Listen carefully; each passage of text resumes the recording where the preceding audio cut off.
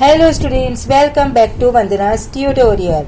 आज हम करेंगे स्पीच राइटिंग, जो कि राइटिंग स्किल का एक पार्ट है। जो स्पीच हम देने वाले हैं वो किस पर है?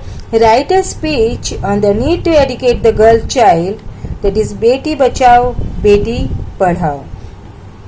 आप सब जानते हैं कि जो स्पीच होती है वो हम स्टार्ट कैसे करते हैं? डायरेक्टली ऑडियंस को एड्रेस करते हैं। तो कैसे स्टार्ट करेंगे? Honourable chief guest, respected headmaster, teachers and my dear friends. यानी वहाँ पर जो भी गेस्ट्स है, जो प्रेजेंट हैं, उन सबको हम क्या करेंगे? एड्रेस करेंगे। Then we will start our speech. It is said that the hand that rocks the cradle rules the world. क्या कहा गया है? जो हाथ झूला झुलाता है वही दुनिया पर राज करता है। तो ये कौन होती है? ये होती है mother. It means that a women is the power behind all great achievements. जो वुमेन है, जितने भी दुनिया में बड़ी बड़ी अचीवमेंट हुए हैं, उन सब के पीछे पावर किसका है? विमेन का है। So isn't it essential that we educate this women? सो क्या ये जरूरी नहीं है कि हम इस तरह की जो विमेन होती है, जो कि दूसरों की सक्सेस का कारण बनती है, दूसरे के अचीवमेंट्स के का रीजन होती है, वो खुद भी एक एडुकेट हो, वो खुद भी पढ़ी लिखी हो? Today I, Usha Kamat, would like to say a few words on these very important issues. So today I, यहाँ पे Usha Kamat, it means here you have to write your own name, would like to say a few words. तो आज मैं अपने कुछ words मतलब इस पे बताना चाहती हूँ, इस टॉपिक पर, जो कि एक बहुत ही इम्पोर्टेंट टॉपिक है। An uneducated girl in the 21st century is a tragedy for the home and the nation. जो अनपढ़ लड़की है, जो बिना पढ़ी लिखी है, आज के इस 21st सेंचुरी में ये हमारे घर के लिए, हमारी नेशन के लिए, हमारे देश के लिए एक बहुत ही दुखद चीज़ है, दुखद बात है कि जो गर्ल है वो क्या है? अनएजुकेटेड है। दो the constitution promises compulsory education for all children below 14 years, the implementation at the grassroots levels still remains an almost unachieved reality.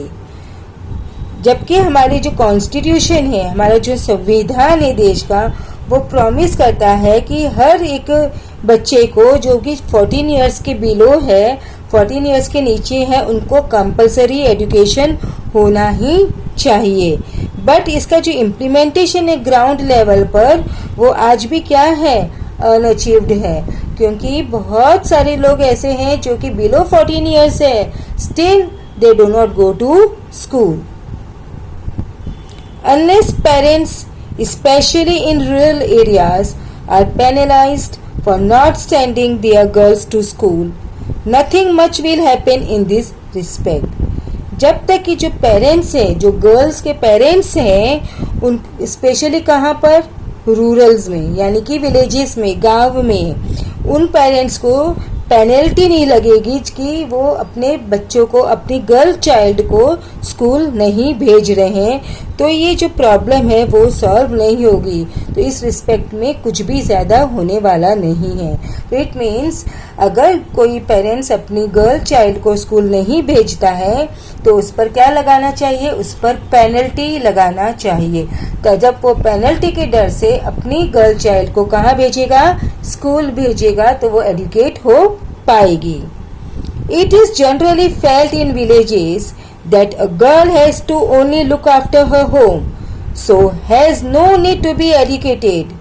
जो गांव हैं, जो विलेजेस हैं, उनमें लोगों की क्या थिंकिंग है कि जो गर्ल है, जो लड़की है, उनको क्या करना है? सिर्फ अपने घरों को ही देखना है, तो उनको पढ़ा लिखा कर क्या फ़ायदा? तो ये जो मेंटेलिटी है वहाँ के लोगों की, वो मेंटेलिटी को सबसे पहले हमें बदलना होगा। However, illiteracy is in today's world the greatest cause. ये जो हमारी इलिटरेसी है जो दुनिया में, एक वो क्या है? बहुत ही बड़ा अभिशाप है, बहुत ही बड़ा कर्ज है कि आज के ज़माने में भी जो गर्ल है वो एजुकेटेड नहीं है। It makes a women helpless, insecure and totally dependent on the male. अगर वो जो गर्ल है वो पढ़ी लिखी नहीं है, अनएजुकेटेड है, तो वो क्या है, हेल्पलेस है, वो बहुत मजबूर है, इनसिक्योर है, असुरक्षित है और टोटली वो किसके ऊपर निर्भर करती है, मेल के ऊपर निर्भर करती है, क्योंकि वो क्या है, अनएजुकेटेड है। The mother is the greatest influence on her growing children and the other members of her family. जो मदर होती है फैमिली में, वो अपने बच्चों की जो परवरिश है उसके ऊपर बहुत ज्यादा इन्फ्लुएंस होता है। If she herself is uneducated, how can she mould mature and wise citizen for the country. अगर जो मदर है वो खुद ही अनएजुकेटेड है तो वो कैसे लोगों को मैच्योर कर पाएगी और जो सिटीजन है, जो नागरिक है देश के, वो भी एक प्रॉपर रिस्पॉन्सिबल सिटीजन नहीं बन पाएगी। However, if she is educated, she will be able to teach good things to her children. लेकिन जब अगर वो खुद एजुकेटेड है, खुद पढ़ी लिखी है, तो वो अपने बच्चों को भी अच्छी अच्छी चीजें हैं वो सिखा पाएंगी। In the case of the death of a husband or a divorce, she will be able to take up a decent job and support the family. अगर उसके हस्बैंड की डेथ हो जाती है या फिर डिवोर्स हो जाता है, इट मीन्स अगर तलाक हो जाता है, तो वो अपने पैरों पर आत्मनिर्भर बन सकती है और अपनी फैमिली को सपोर्ट कर सकती है। Even while her husband is living, she can work to supplement the family income. अगर उसका जो हस्बैंड है वो लीव है, मतलब है, तभी भी वो अपनी फैमिली को सपोर्ट कर सकती है। She can feel stable and secure and hold her head high.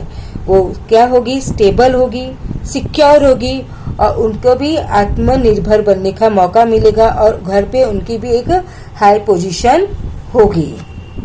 I conclude by asking, isn't it time then that every girl in India is educated?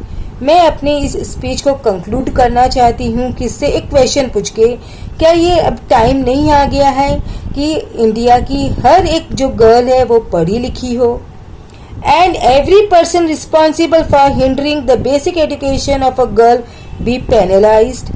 और हर एक पर्सन, हर एक जो इंसान जो गर्ल को एजुकेट कराने में बाधा बन रहा है, उसको पढ़ाई करने नहीं दे रहा है, उसको पेनलाइज्ड होना चाहिए, उसको पनिशमेंट मिलनी चाहिए।